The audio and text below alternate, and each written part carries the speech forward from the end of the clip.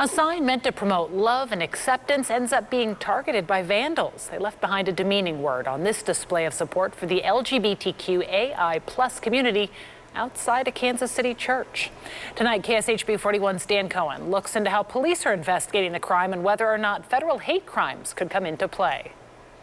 It's personal, just not for every LGBTQ+ member. It sucks that this stuff still exists. Scott lives near United Church of Christ and their front lawn display that declares God's doors are open to all. I got home about 10 o'clock and it wasn't up. My mom happens to walk at 5:30 and she saw it this morning, so probably between 10 p.m. and 5:30 a.m. is when it took place. His family's business expertise?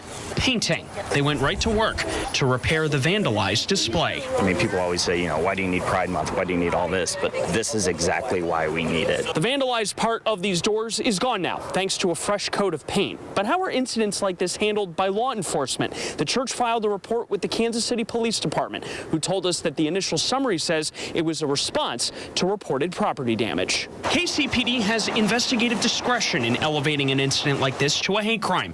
It is worth noting that a house of worship is protected under federal hate crime law, and sexual orientation and gender identity is protected under the Civil Rights Act. It's up to an agency like KCPD to determine if this display fits those criteria. Kansas City's local FBI field office told us, quote, "We are aware of the incident, but we refer you to the Kansas City Police Department regarding the matter." On a national scale, hate crimes against the LGBTQIA+ community are up 16%, according to the FBI's most recent data report in 2020. But reporting hate crimes to that agency is voluntary, so that number doesn't paint a complete picture. Here at United Church of Christ, they say they won't be intimidated. The church, wants to be a welcoming presence in the community and give some peace and acceptance to all people.